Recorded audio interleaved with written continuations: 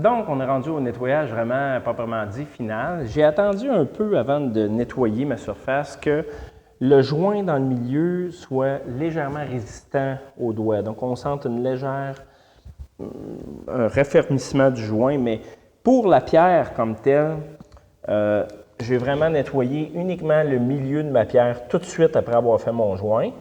Donc, ce que ça donne, c'est que ça enlève le plus gros des accumulations de coulis qui pourraient être vraiment problématiques s'il en restait. Une fois que mon premier nettoyage de centre de tuile est fait tout de suite après avoir fait mon coulis avec la flotte, là, je nettoie tout mon milieu au complet. Et quand je sens le raffermissement, là, je peux venir tout simplement passer l'éponge comme ça ici pour ce qu'on appelle glazer ou polir un petit peu mon joint.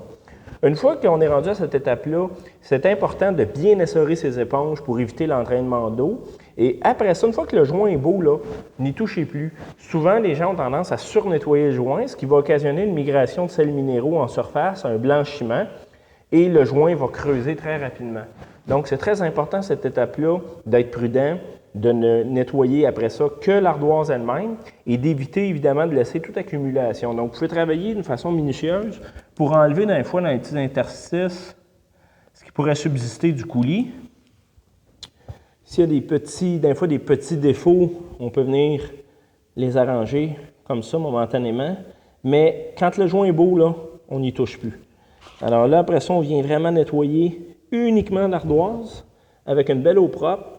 Moi, ce que j'ai fait, je me suis fait aider de deux fantastiques assistants qui m'ont rincé mes éponges au fur et à mesure dans deux seaux distincts. Donc, j'avais tout le temps des éponges parfaitement propres, ce qui aide beaucoup à obtenir un résultat final qui va être bien intéressant. Le lendemain, à ce moment-là, la seule chose que je vais avoir à faire, c'est renettoyer avec de l'eau et l'éponge et assécher avec une ratine avant que ça sèche. Donc, à cette étape-ci, demain, quand ça va être sec, je vais simplement prendre mon éponge humide et je vais passer ma ratine dessus tout de suite. Ce qui va faire précipiter le reste de la poussière. Ça ne redéposera pas dans mon film. Ça, c'est très important. Alors, ça va éclaircir mon travail très rapidement. Je pourrais utiliser aussi juste un petit peu de vinaigre dans mon eau, qui est une solution légèrement acidulée pour aider à enlever le résidu de polymère là, du coulis qui pourrait avoir subsisté sur mes dalles.